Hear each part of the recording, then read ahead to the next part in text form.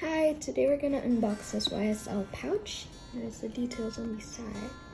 It's like that. And this is the box.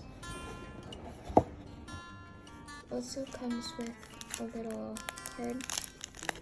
I'm pretty sure it has like the card here. And the receipt and everything. So yeah, it comes with a little card. This little wipe. I think it's to wipe out the leather. Sorry, it's kind of hard to.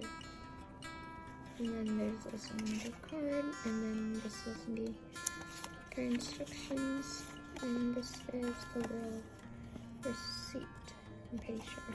So yeah. So this is the number.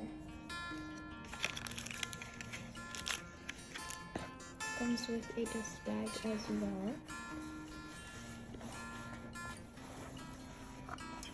And this is in the pouch itself. So it has a Croco leather as well as a matte black YSL logo on the corner. It's very subtle and not too clashy. Here's the little tag. And here is the zipper. And inside it has a few compartments, like right here, and then as well as on here. It has 2 compartments on each side, as well as some card holders. There's 1, 2, 3 slots on each side. It's kind of hard to see, but yeah, that is the pouch.